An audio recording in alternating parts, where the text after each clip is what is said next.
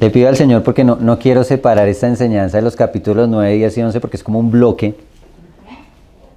Y a veces es como, yo me acuerdo cuando yo era pequeño, mi mamá tenía un reloj despertador. Entonces los que pues tenemos cierta edad ya conocemos esos relojes despertadores que no eran el celular, sino esos que eran que uno les daba cuerda. Que eso tenía dos campanitas arriba y que hacían sonar las campanitas y un día el reloj se dañó. Entonces a mí me dio por desbaratarlo y quité la tapa y cuando le quité, esa tenía una tapita como de metal, le quité la primera tapa y salieron todos esos piñones a volar. Pero eso no lo armaba nadie después de eso y a veces la escritura es algo así. Hay cositas que a veces toca poner el piñón donde es porque si no la cosa no cuadra. Entonces algo de mucho temor en mi caso, de mucha reverencia de no poner el piñón donde no es. Porque luego usted entiende las cosas al revés. Pero también creo en la multiforme gracia de Dios, que a veces lo que Dios necesita que entendamos no necesariamente es lo que otras personas necesitan entender. Porque el Señor nos habla de muchas maneras. Entonces vamos a empezar con el capítulo 9, versículo 1.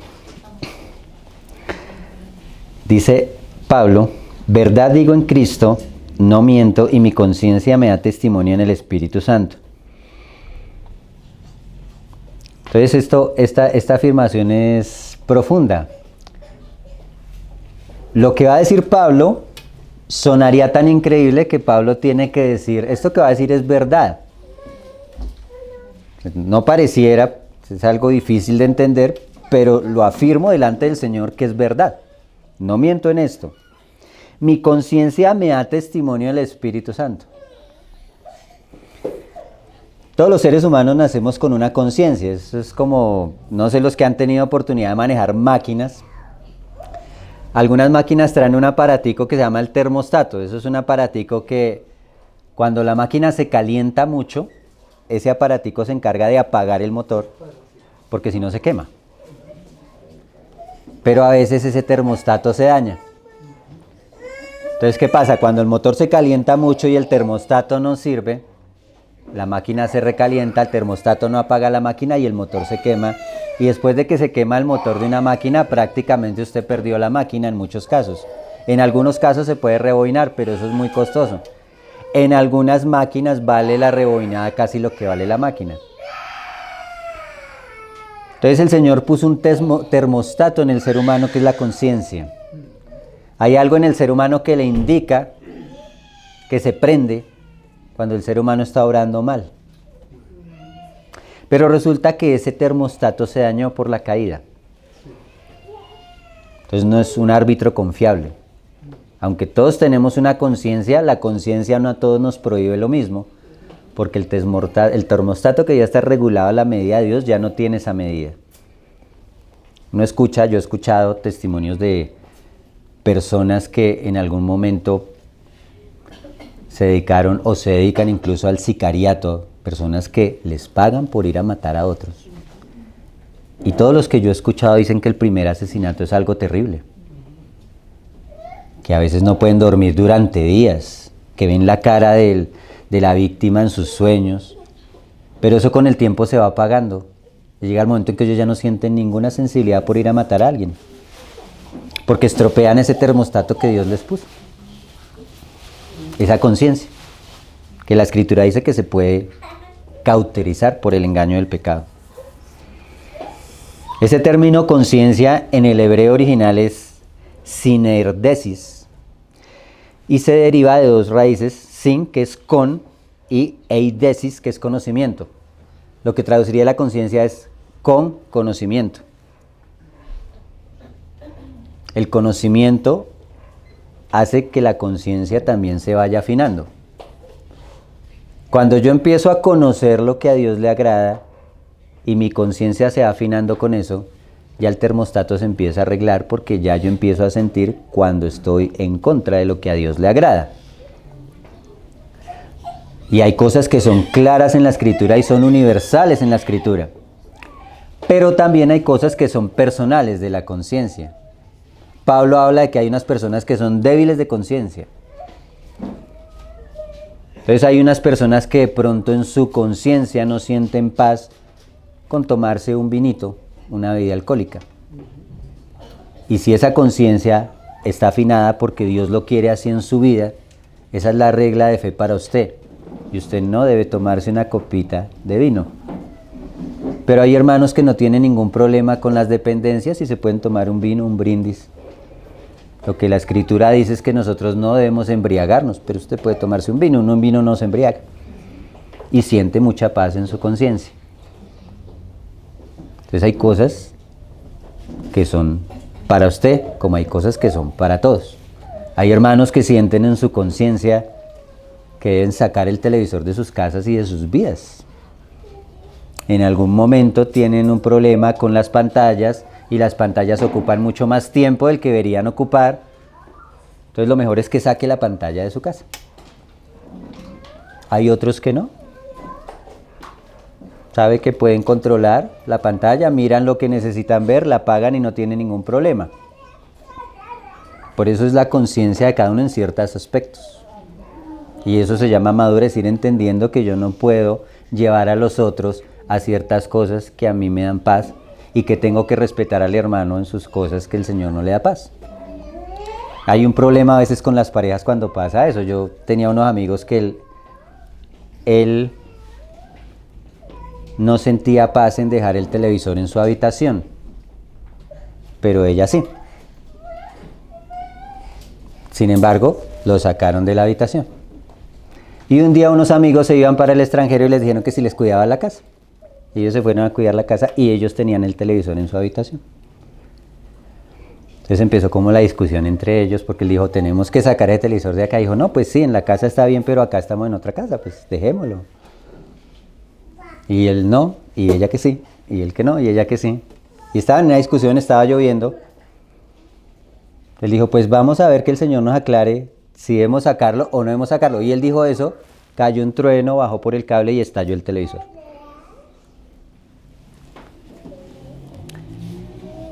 Igual ya no importaba que lo sacara.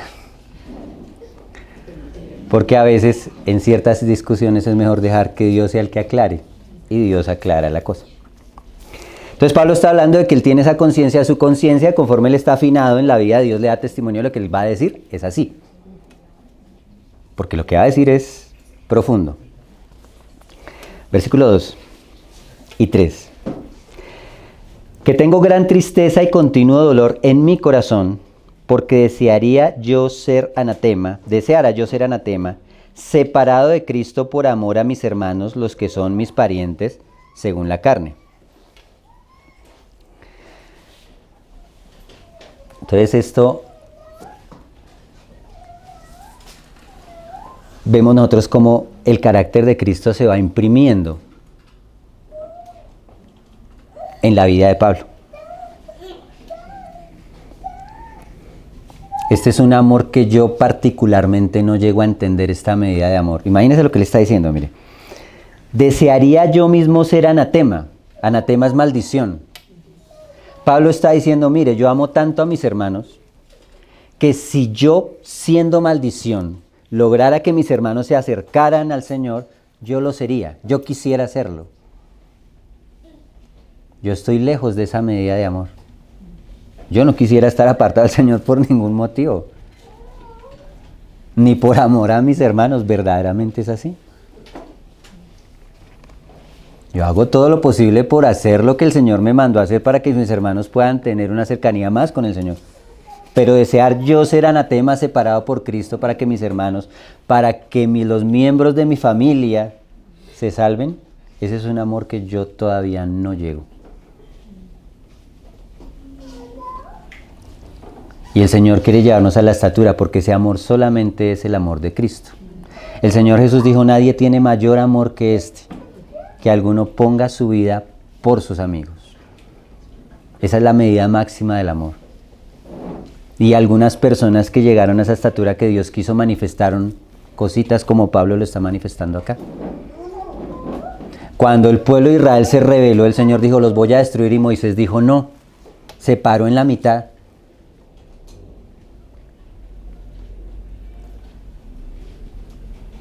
Ese es un amor, una medida de amor a la cual yo creo que no hemos llegado.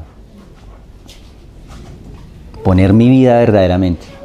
Que no me importa si yo me salvo o no, que mis hermanos sean salvos. que yo mismo, si pudiera hacer que ellos se salvaran siendo yo anatema, no me importaría. Eso es algo que es loco. Por eso Pablo tiene que poner ahí, dice, es que es verdad, lo que yo les voy a decir es verdad. Y mi conciencia me da testimonio de eso.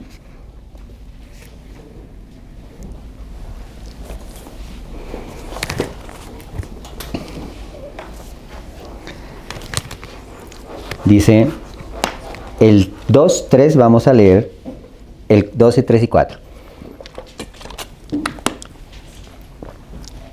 Que tengo gran tristeza. ¿Cómo era la tristeza? Era grande. Y continuo dolor, no era un dolor como a veces usted siente dolor, ve una persona va pasando por la calle, ve una persona en necesidad, o alguien le cuenta la necesidad, a usted le duele en un momento, cuando terminó de hablar con la persona y le olvidó. Eso no es un continuo dolor, es un dolor que usted siente en el momento, pero Pablo decía que él tenía un continuo dolor, era algo que estaba continuamente en él, era algo que obraba en él, era algo que estaba continuamente, él es el Espíritu del Señor que pone una carga, que pone esa carga para la salvación de sus hermanos, que él siente ese dolor y esa tristeza, es algo que no le deja en cierta manera tener paz, tiene un dolor continuo por causa de esos hermanos. Ahora usted dice, pues yo tengo dolor continuo por mi familia, que no ha conocido el Señor, y usted los ve tan extraviados a veces en tantas situaciones tan complicadas y toman malas decisiones, porque están alejados del Señor y a uno le duele porque sabe la vida que llevan alejados del Señor y a dónde los conduce eso. Y si no se arrepienten a la verdad se van a perder, y es un dolor. Pero es mi familia, yo la quiero, en algunos sentidos me tratan bien. Pero Pablo está hablando de una nación que lo había apedreado, que lo había golpeado, que lo juzgaba, que a donde quiera que él llegaba, lo recibían era con palizas, con problemas. Él dice, todo lo que sufre los judíos, lo azotaron como en 3 ocasiones, 39 veces. No lo azotaron más porque la ley permitía hasta 39 veces. Si no lo hubieran acabado a los azotes. Que tuvieron la intención de matarlo en varias ocasiones, que estaban persiguiendo la iglesia del Señor y que perseguían a los hermanos.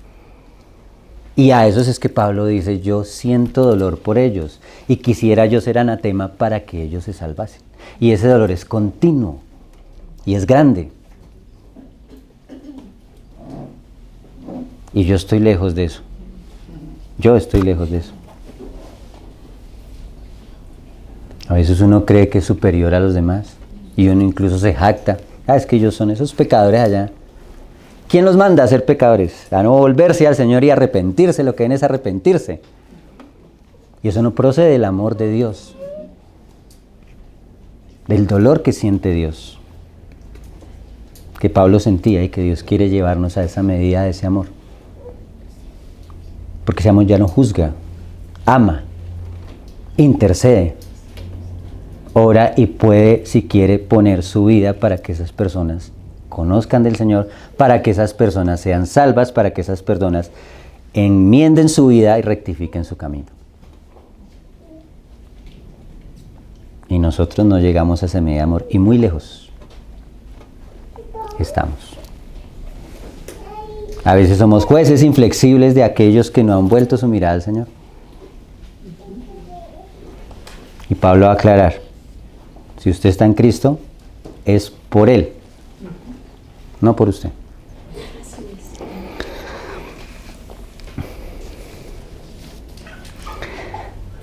El 3 dice, porque desearía yo mismo ser anatema. La palabra anatema. Vamos a ver qué tan grave es esta palabra. Vamos a ir al libro de Gálatas.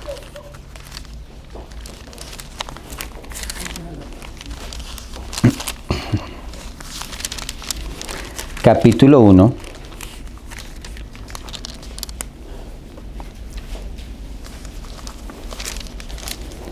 versículo 8 al 9.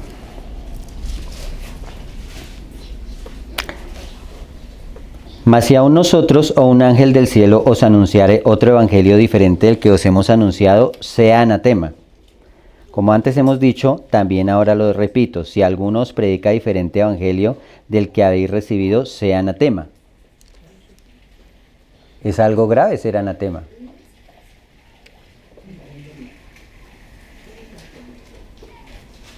Cuando Josué fue a conquistar la tierra prometida, ellos perdieron una batalla y el Señor le dijo, la perdieron, ellos buscan al Señor y el Señor le dice, hay anatema en medio del campamento, había una persona que se había guardado algo y el Señor prohibió que guardaran cualquier cosa del tesoro. Y es algo que hizo perder a todo el pueblo la batalla y ese hombre lo tuvieron que asesinar, matar, dar muerte, porque había maldecido a todo el pueblo. Ser anatema es estar apartado de Dios. Y Pablo decía, no me importaría ser anatema si al ser yo anatema, mis hermanos lograran acercarse a él. Sabe que eso no es posible, pero es el amor redentor de Cristo que se hizo maldición por nosotros. Es llegar a esa estatura de la medida del amor de Cristo, que no se mira a sí mismo, que no contempla sus propias necesidades, que no contempla sus propios proyectos, sino que ama.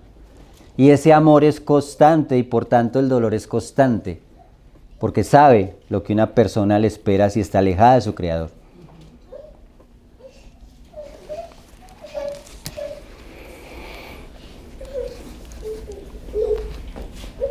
Separado de Cristo, lo aclara ahí en el 3. Por amor a mis hermanos, los que son mis parientes según la carne. ¿Y quiénes eran ellos? El versículo 4 dice que son israelitas. Entonces Pablo sabe que los israelitas están alejados del Señor, en su mayoría. El Señor vino a los suyos, dice el Evangelio de Juan. A los suyos vino y los suyos no le recibieron. Lo rechazaron y lo colgaron en un madero.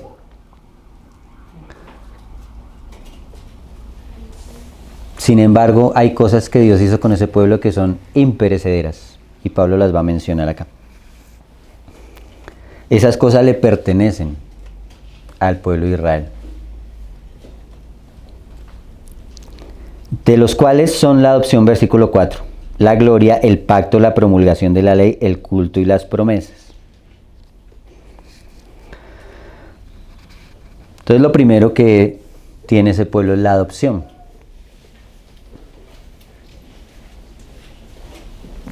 Cuando el hombre cae en pecado, el hombre queda dividido de Dios, queda separado de Dios, fuera de la familia de Dios, ya no tiene la simiente de Dios.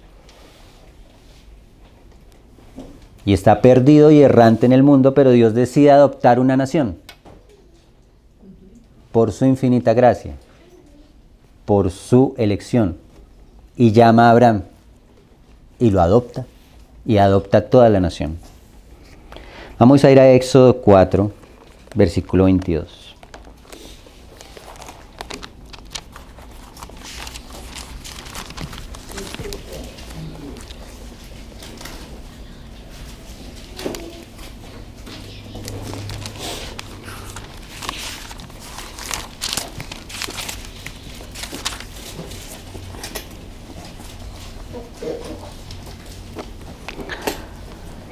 Dice, está hablando el Señor con Moisés y le dice, y dirás a Faraón, Jehová ha dicho así, Israel es mi hijo, mi primogénito.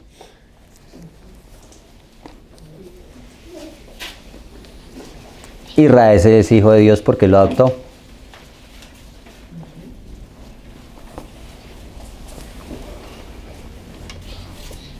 De ellos es la adopción. Y Dios hace un pacto con ellos. Y nosotros entramos en ese pacto. La Escritura aclara más adelante que nosotros somos el Israel de Dios. Nosotros fuimos injertados ahí. En ese olivo Él nos injertó, nos metió en esa planta. Nosotros gozamos de esa misma adopción. Y Dios nos adopta y nos hace hijos suyos. De los cuales es la gloria. Dice ahí, la revelación de quién era Él, esa es la gloria de Dios. Él se apareció en el desierto y les mostró su gloria, sus señales, sus milagros, sus estatutos. La gloria chequiná, la chequiná quiere decir lo que es indecible, lo que usted no puede describir. Y ellos tuvieron eso.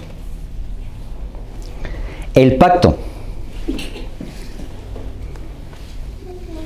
Dios hizo un pacto con Abraham.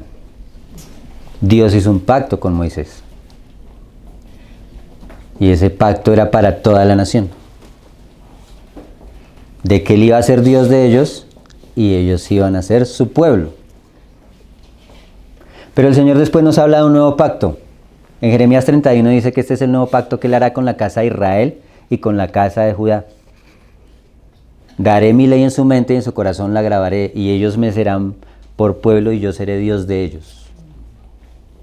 Y no enseñará más ninguno a su hermano ni ninguno a su prójimo conoce al Señor, porque todos me conocerán, desde el más pequeño hasta el más grande. Jeremías 31:31. Y no es que este fuera un pacto diferente, ese fue el propósito desde el comienzo. El pacto era que quería que ellos fueran el pueblo y Él quería ser Dios. Pero cambiaron las cláusulas de ese contrato por causa de la dureza del corazón del pueblo, y Dios tuvo que darles una ley para que por esa ley ellos miraran el carácter de Dios, pero entendieran que ellos no eran capaces de cumplir esa ley. Entonces el pacto fue mostrándose y revelándose cada vez más. Pero el pacto siempre fue el mismo. Él quería ser Dios de una nación.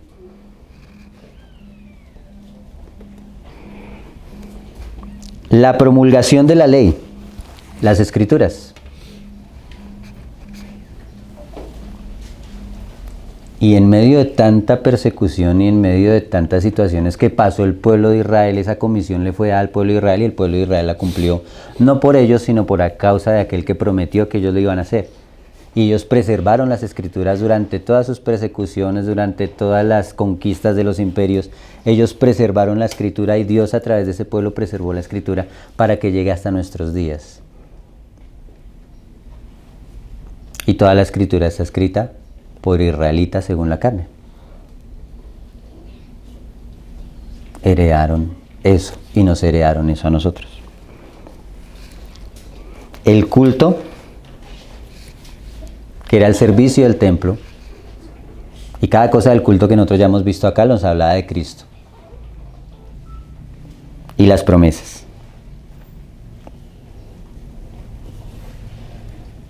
Todas las promesas que Dios hizo al pueblo de Israel se cumplieron. Ahora las promesas tienen dos connotaciones. Si usted hace lo recto ante los ojos del Señor, le va a pasar esto, y se cumple. Pero si usted no hace lo recto, le va a pasar esto, y también se cumple. Y pasa lo mismo con nosotros. Las promesas tienen una condición, y si no se cumplen, al contrario.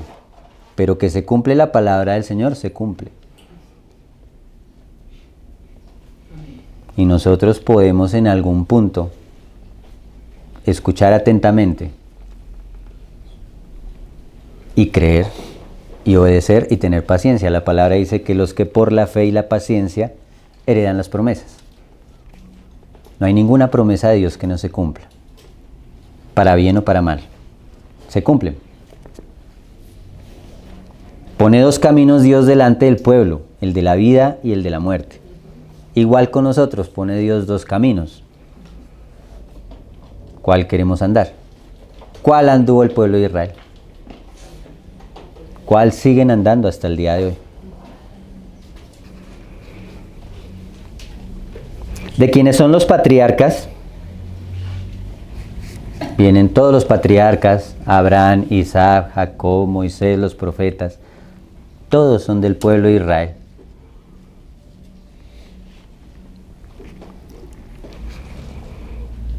Y de los cuales, según la carne, vino Cristo.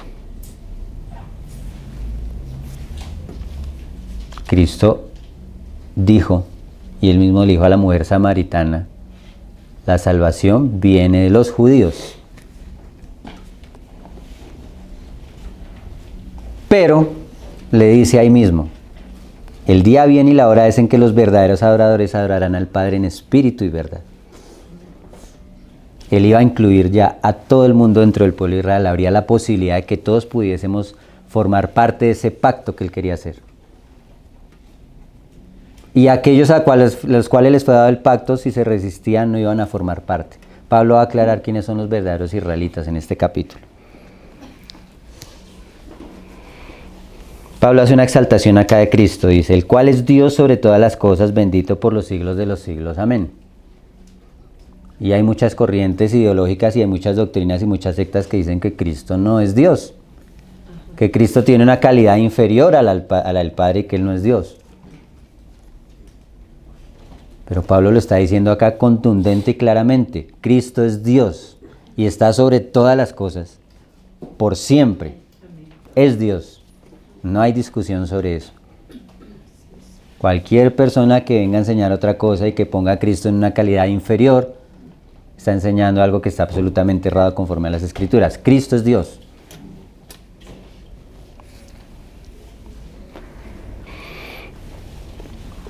No que la palabra de Dios haya fallado, porque no todos los que descienden de Israel son israelitas. Ahí está también algo complejo.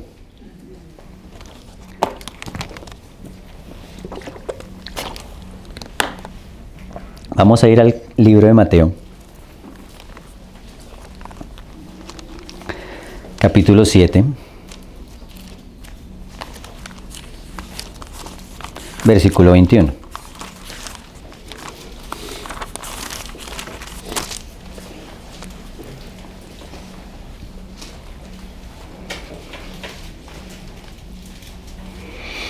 No todo el que me dice Señor, Señor entrará en el reino de los cielos, sino el que hace la voluntad de mi Padre que está en los cielos.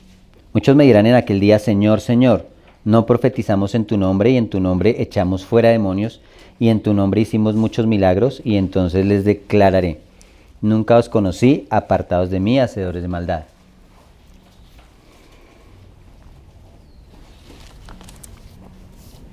¿Qué pasó con Israel? ¿De dónde viene Israel? Resulta que Jacob era el hijo de Isaac. Isaac tuvo dos hijos, Jacob y Esaú. Y Esaú nació primero y el derecho a la primogenitura era del que nacía primero. El nombre Jacob quiere decir suplantador. Y toda su vida él fue un hombre tramposo. Hizo trampa para conseguir la primogenitura, hizo una cantidad de trampas con el suegro. Fue un hombre que vivió una vida muy complicada y desordenada. Pero Jacob tenía algo y él anhelaba la primogenitura, él anhelaba la bendición, él deseaba la bendición. Y en algún punto se encuentra con Dios y contiende con Dios toda la noche. Dice que el Señor le desencaja el muslo y le dice, ya no será tu nombre Jacob, ahora será Israel. Le cambia el nombre, le cambia la naturaleza. Israel quiere decir príncipe con Dios. Usted ya no va a ser un suplantador, usted va a ser un príncipe con Dios. Usted va a gobernar del lado de Dios. Y ya no lo va a hacer en su fuerza, por eso le descoyunta la pierna. Y ese es Israel, es un Jacob renovado, es un Jacob transformado.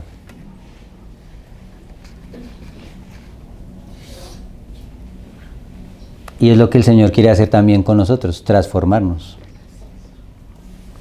Podríamos decir lo mismo, venimos a la iglesia, oramos, leemos la palabra, escuchamos mensajes,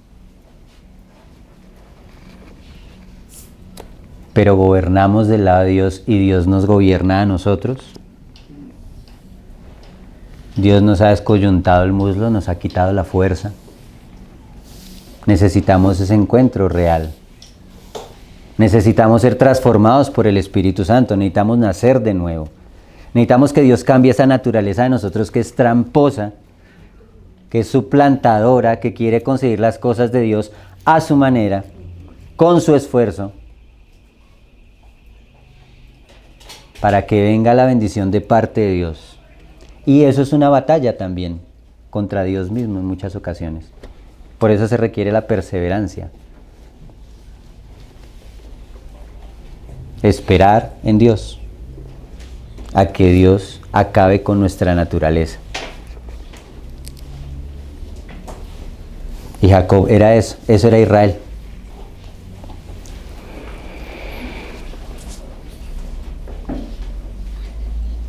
Entonces dice el 9, porque la palabra de la promesa es esta: por este tiempo vendré y Sara tendrá un hijo.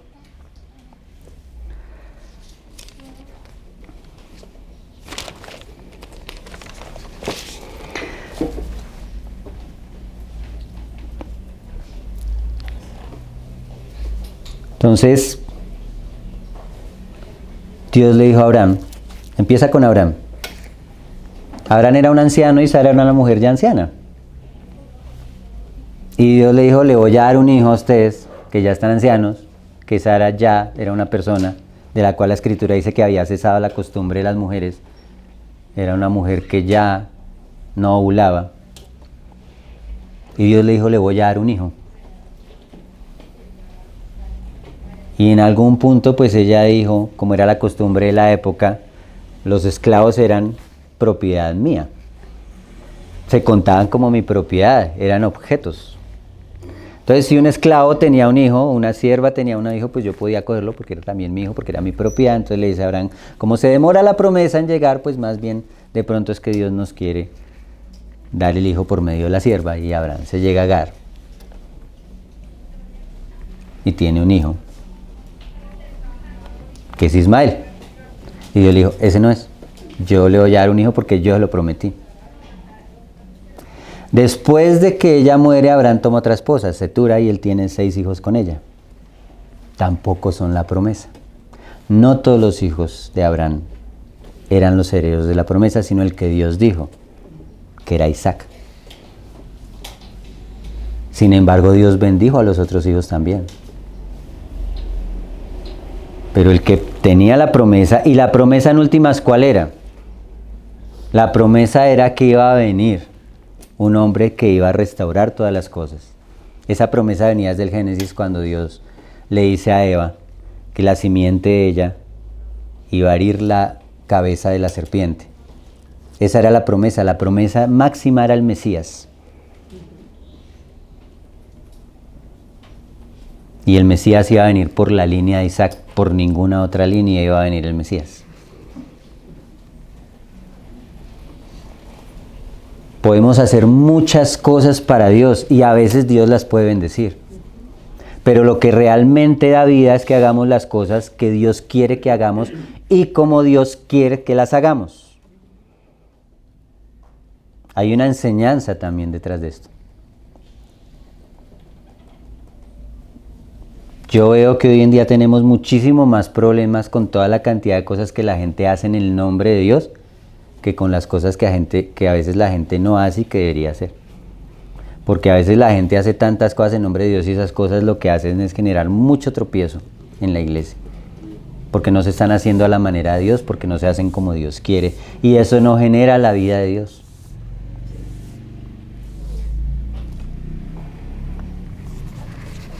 Entonces tenemos que ser el hijo de la promesa.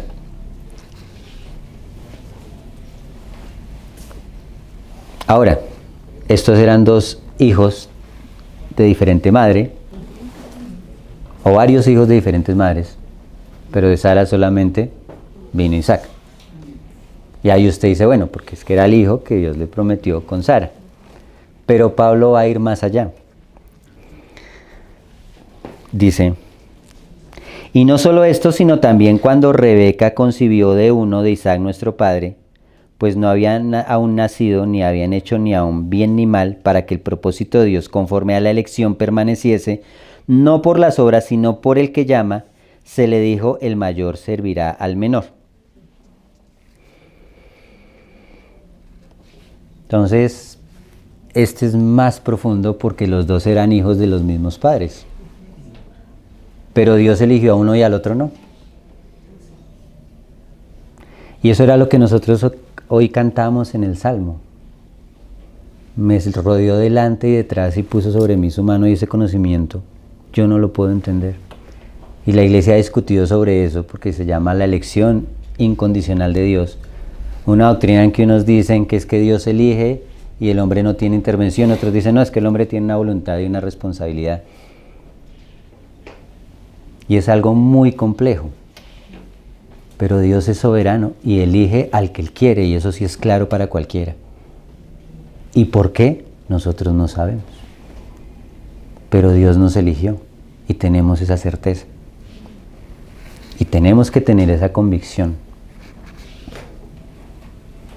Y eso nos da un gozo y un agradecimiento porque no hay nada en nosotros que pudiera haber hecho que Dios nos eligiera. Pero eso parecería injusto para algunos. Dice, porque a unos sí y a otros no. Pero dice, si Dios aplicara su justicia para todos, pues todos merecemos estar perdidos y condenados. Es lo justo. Cuando una persona se pierde, Dios no es injusto. Está recibiendo lo que merece. Dios con algunos muestra justicia, con otros misericordia. El que los salva es por misericordia, no es por justicia, no lo merecemos. No tenemos cómo ganarlo. No es justicia, es misericordia. Una vez una mujer le dijo a Charles Spurgeon, yo no puedo entender cómo fue que Dios aborreció a Esaú. Y Charles Spurgeon le dice, yo no tengo ningún problema con entender eso, lo que yo no puedo entender es cómo Dios amó a Jacob. No había ninguna razón. Pero Dios lo amó. También bendijo a Esaú. Cuando dice que lo aborreció no es el sentido de que lo odia, sino el sentido de que no lo amó de la manera que amó a Jacob, porque también lo bendijo y le habló y lo acompañó en muchas cosas. Pero Dios bendijo de una manera especial a Jacob. Y vino la descendencia por Jacob. Y Dios escoge al que Él quiere. Y Dios llamó a su pueblo, que era el pueblo de Israel. Pero no todos pudieron entrar en ese pacto por la elección soberana de Dios, y es lo que Pablo está tratando de decir. No todos los que nacieron sanguíneamente son israelitas. Los que son israelitas son los que entran en pacto con Dios y tienen la simiente de Dios. El Señor, cuando conoce a Natanael, dice, aquí un verdadero israelita en quien no hay engaño. Era un verdadero israelita, los otros no eran israelitas. Y también Juan Bautista dice, Dios puede levantar simiente a Abraham donde estas piedras. Y Dios lo hizo porque eso éramos nosotros. Nada, piedras en el camino, en el desierto de este mundo. Y Dios levantó simiente a Abraham de esas piedras. Y aquí estamos alabando a Dios como piedras vivas. Porque Dios nos dio vida estando muertos. Por elección de nosotros, por elección de Él. Porque a Él le plació, porque Él quiso y nos llamó. Y nos ha afirmado. Y nos limpia. Y nos quiere glorificar. Y lo va a hacer porque Él lo habla en pasado. Y a los que conoció los glorificó.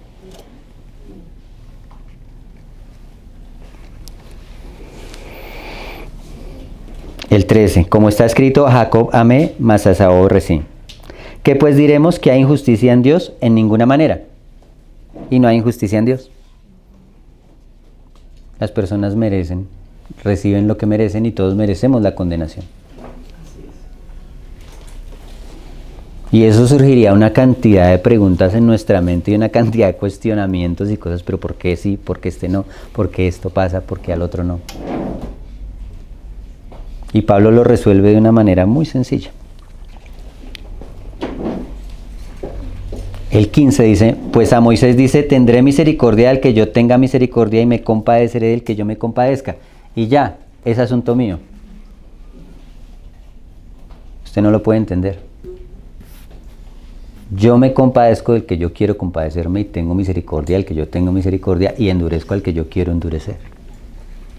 Y lidiamos con eso porque no entendemos que somos criaturas y que el Creador puede hacer con nosotros lo que Él quiera. Y toda la rebelión del hombre es luchando contra eso. El hombre no quiere aceptarse como criatura y quiere ir a hacer su voluntad.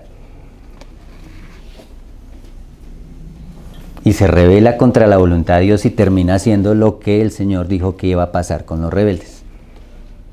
No nos podemos escapar de la voluntad de Dios. Sea que la obedezcamos o nos rebelemos contra ella, no nos podemos escapar de la voluntad. Lo que Dios dijo que iba a pasar, va a pasar. Y el 16 lo profundiza más. Así que no depende del que quiere ni del que corre, sino de Dios que tiene misericordia. No depende de su voluntad, por más que usted quiera, y no depende de lo que usted haga, por más que usted corra. Pero si Dios dijo que usted va a correr y que usted va a querer, lo va a hacer. Pablo dice, yo predico el evangelio y no tengo que jactarme porque hay de mí si yo no lo hago. Eso no era una cosa que a Pablo le hacía tan buena gente Pablo, y no es que Pablo como es de consagrado y mire todo, es que no podía hacer otra cosa. Y Dios dijo, a este lo tengo como instrumento escogido para mostrar mi nombre, y le voy a mostrar cuánto es necesario padecer por amor de ese nombre. Y se cumplió.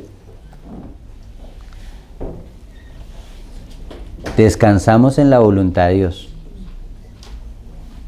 pero tenemos que tener una responsabilidad también nosotros, y Pablo lo va a aclarar acá, hay una responsabilidad también del hombre, porque podemos llegar a ir a ese extremo en que como Dios es soberano y Él elige, entonces yo ya qué voy a hacer, si igual lo que Él dijo que yo iba a hacer lo va a hacer, pero el Señor también pone responsabilidad en el hombre.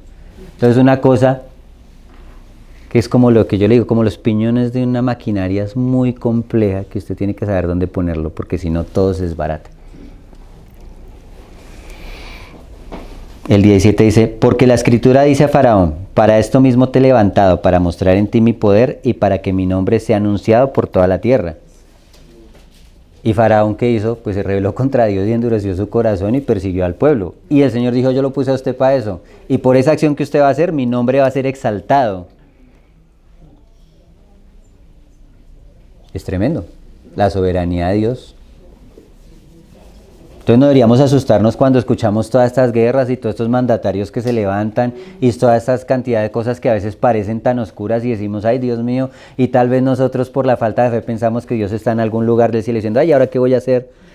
Está levantándose todos estos mandatarios y ¿ahora qué va a pasar? No.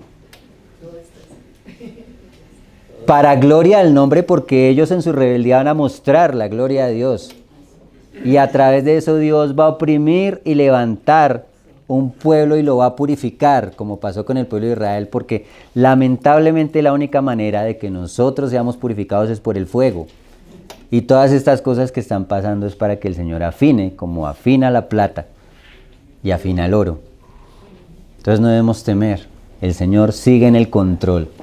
Y todos estos dictadores y toda esta gente que se levanta y todos estos gobiernos corruptos, todo eso no está lejos de la voluntad de Dios. Dios no está sorprendido con eso y diciendo, ay, ¿ahora qué vamos a hacer? ¿No? Estamos en su perfecta voluntad. No deberíamos afanarnos mucho sobre eso. A veces yo veo que la iglesia pierde mucho tiempo en eso. Y analizando aquí que es que se levantó el gobierno acá y que la inteligencia artificial y que esto, y es bueno conocer esas cosas.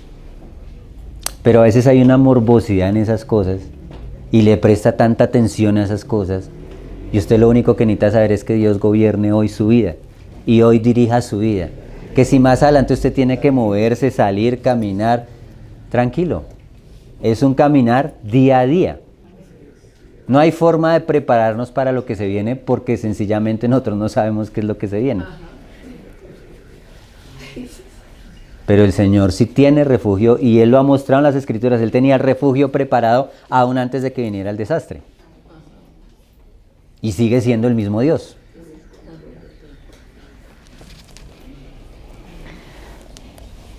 El 17. De manera que de quien quiere tiene misericordia y al que quiere endurecer, endurece. ¿Pero qué me dirás? ¿Por qué pues sin culpa? ¿Porque quién ha resistido a su voluntad? Claro, es el cuestionamiento. Y Pablo sencillamente lo deja así, dice. Mas antes, oh hombre, ¿quién eres tú para que alterques con Dios? Dirá el vaso de barro al que lo formó, ¿por qué me has hecho así? ¿Podemos cuestionar las decisiones de Dios? No podemos entenderlas. Dios es justo y nos ha mostrado de muchas maneras que Él es justo. Pero hay cosas que nosotros no podemos entender de cómo Él obra. ¿O no tiene potestad el alfarero sobre el barro para hacer de la misma masa un vaso para honra y otro para deshonra? Lo puede hacer. ¿Y qué si Dios, queriendo mostrar su ira y hacer notorio su poder, soportó con mucha paciencia los vasos de ira preparados para destrucción? Y para hacer notorias las riquezas de su gloria, las mostró para con los vasos de misericordia que Él preparó de antemano para gloria. Entonces, ¿somos vasos de gloria o somos vasos de deshonra? Y somos vasos de gloria en las manos del Señor, pero por nosotros no, porque Él lo preparó de antemano. ¿De qué nos vamos a jactar? Damos gracias por lo que Dios hace, por lo que Dios está haciendo y por lo que Dios planeó y hará.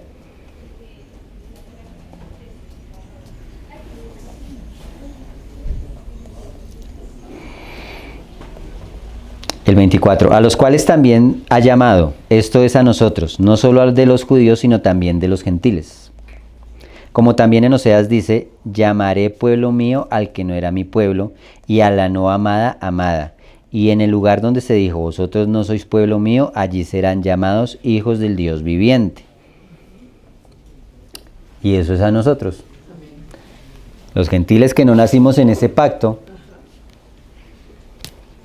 Entonces teníamos al pueblo de Israel muy jactancioso, muy presuntuoso, pensando que como ellos tenían la ley, el pacto, las promesas, el culto, estaban asegurados. Pero no estaban asegurados. Porque en últimas la única simiente que Dios reconoce y en la que realmente hay salvación es Cristo, no nosotros. La salvación no es como una camisa que yo me pongo y tengo la salvación y ya nadie me la quita, no. La salvación está en Cristo, y si yo no estoy en Cristo, yo no tengo salvación en mí mismo. La salvación está en Él. Y Él viene y me reconoce en Él, y me mira a través de Él, y a través de Él me da la salvación que le pertenece a Cristo, no a mí. Entonces es una cosa compleja porque pareciera que la puerta está abierta para todos y está abierta para todos. Pero no todos van a entrar por predeterminación de Dios. Y es algo que nosotros no logramos comprender en su complejidad. Pero es así, es claro. Que no todos van a entrar en esa promesa. Y que nosotros no tengamos ninguna razón por la cual Dios nos haya dado esa herencia. Es por su gracia, entonces es maravilloso porque Dios dejó la decisión en Él para que nosotros no nos sintamos que tenemos algo de lo cual gloriarnos. Porque uno tiende a gloriarse.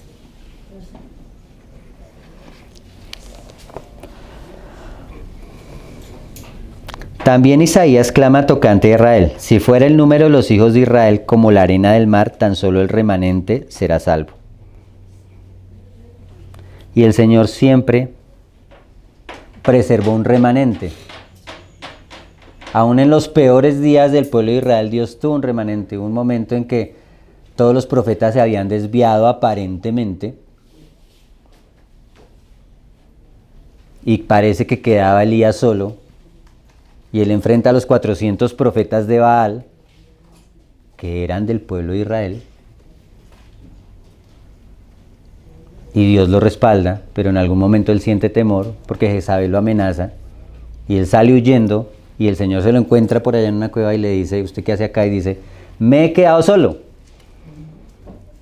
Y nos pasa a veces que nos da el complejo de Elías. Que yo me estoy solo acá. Solo. Y eso dice: yo me he reservado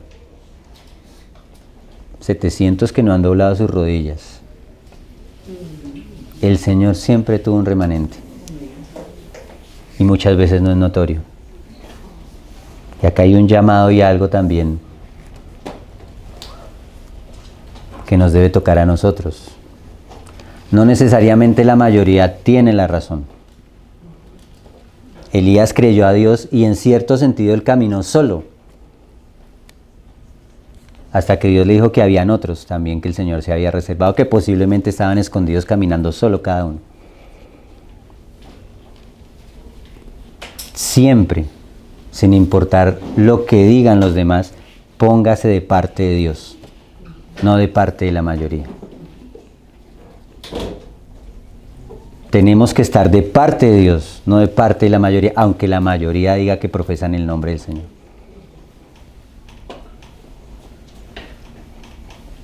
Y si usted quiere servirle plenamente al Señor, le aseguro que algún día va a ser confrontado eso. Usted va a estar de parte de Dios o de parte de lo que digan los demás. No somos mayoría. El Señor dice, no temáis manada pequeña.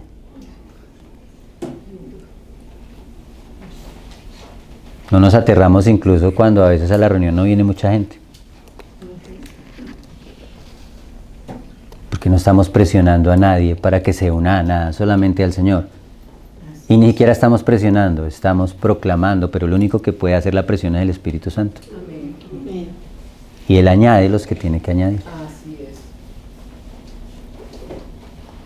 Pero estar en una reunión tampoco a usted lo hace que sea un creyente. Como usted no se convierte en un Rolls Royce por entrar en el concesionario del Rolls Royce. Tiene que haber un cambio en su corazón y en mi corazón. Una adopción de parte de Dios. Pero siempre hay un remanente, y si Dios no hubiera dejado ese remanente se hubiera perdido todo. En épocas oscuras de la iglesia también, donde casi toda la iglesia apostató, Dios se reservó personas que preservaron la luz del Evangelio. Y si no hubiera sido por ese remanente que Dios se preservó, se hubiera extraviado completamente. Pero como Dios prometió y dijo que la iglesia no la iba a destruir nada y que las puertas del Hades no prevalecerían contra ella, eso fue algo que Él dijo y eso se va a cumplir. Nada va a destruir el verdadero pueblo del Señor y siempre va a haber un remanente. Que el Señor nos permita ser parte de ese remanente, porque va a haber épocas muy oscuras donde mucha gente incluso que puede estar militando a nuestro lado va a apostatar de la fe. Y a veces eso es tan sutil que no se da cuenta la persona. Yo he conocido casos así. El Señor Jesús dijo que llegará el día en que muchos que los persigan piensan que le rinden culto a Dios. Y yo he visto cosas así. Siempre póngase de parte de Dios y de la verdad. Y de lo que el Espíritu le revele a usted que es la verdad. Nunca de parte del hombre. Porque todos mentimos y engañamos y todos los hombres somos mentirosos. Pero Dios es veraz. El 28, perdón. Porque el Señor ejecutará su sentencia sobre la tierra en justicia y con prontitud. Y como antes dijo Isaías, si el Señor de los ejércitos no nos hubiera dejado descendencia, como Sodoma habríamos venido a ser, y a Gomorra seríamos semejantes. Y a veces pasan las naciones. Cuando Dios trae juicio a las naciones, muchas veces empieza a poner en los creyentes el sentir de alejarse de ese lugar. Porque la iglesia a veces es lo único que impide el juicio de Dios. Porque Dios no trata igual a sus hijos a como trata este mundo. Él nos juzga con misericordia y con amor. Y nos trata con misericordia y con amor. No es igual con el mundo. Aunque Él tiene misericordia del mundo, llega un momento en que la maldad sobrepasa un punto de la paciencia de Dios y tiene que venir un juicio de Dios. Y Dios saca y siempre ha sacado a su pueblo de sus juicios. Entonces, como somos la luz de esta tierra y como somos la luz de esta nación, nosotros debemos interceder por esta nación. Para que el Señor no traiga un juicio sobre este lugar. Y que el Señor levante un pueblo en este lugar para que eso impida el juicio de Dios. El juicio de Dios con ira. Que venga misericordia aparte de Dios. Vosotros sois la luz del mundo y la sal de la tierra. Es la iglesia. Y cuando la iglesia falta y cuando faltan los santos y cuando no hay un pueblo de Dios que clama delante de Él, empieza a salir la corrupción. Fue lo que pasó en Sodoma y Gomorra.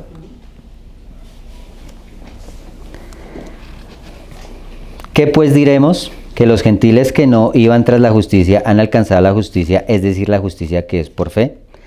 Mas Israel que iba tras una ley de justicia no la alcanzó. ¿Por qué? Porque iban tras ella no por fe, sino como por obras de la ley. Pues tropezaron en la piedra de tropiezo, como está escrito, he aquí pongo en Sión piedra de tropiezo y roca de caída, y el que creyere en él no será avergonzado. Dios puso en el camino algo en lo que el hombre natural no puede pasar. Solamente pasa Cristo. Y Él pone esa piedra en el camino, que es Cristo mismo, que es como esa espada que tenían los querubines para guardar el camino del árbol de la vida, para que en nuestra naturaleza nosotros no podamos acceder a ese árbol de la vida. Solamente en la vida de Cristo podemos acceder. Y si la roca cae sobre nosotros como juicio, nos desmenuza, pero si nosotros caemos sobre la roca, hallamos la vida. Y eso fue lo que pasó con la nación de Israel. Aunque Dios no desechó a la nación, más adelante lo va a hablar Pablo. Como mucha de la descendencia del Señor que pareciera que está perdida, Dios no la desecha, Dios va a tratar. Él promete que va a curar a la pierniquebrada y que va a traer a la descarriada. ¿Estamos seguros? Porque Él lo prometió. Pero no podemos confiarnos en eso tampoco. Porque no sabemos en qué momento se nos venga a pedir cuentas. No podemos aplazar las cosas. Si oyereis hoy su voz, no endurezcáis vuestros corazones. Hoy. Necesitamos la palabra de Dios hoy y hacer caso a lo que Dios hoy nos demanda. Porque no sabemos si hay un mañana. Y hay mucha gente que piensa, no, cuando hace poco hubo el caso de una persona muy famosa que había hecho una profesión de fe y quería esperar que tal vez en un futuro, cuando pudiera ponerse al día con toda la cantidad de cosas, él iba a servir al Señor. Y la muerte lo encontró imprevistamente, aunque Dios le avisó antes. Y nosotros no sabemos cuál es el destino de esa persona porque solamente Dios conoce. Y yo me he dado cuenta que el juicio de Dios siempre procura es salvar, no condenar. Porque el Señor no vino a condenar al mundo. Pero aunque la persona se hubiera sido salvada, ¿cuál fue su legado? Un poco de música y cosas que exaltan al hombre, que exaltan el desorden y el pecado. Había podido dejar otro legado. Un legado de bendición para su generación y para otros. Hoy es el día de salvación. Hoy es el día que nos pongamos a cuentas con el Señor. Porque no sabemos cuándo se nos va a demandar. Amén, hermanos.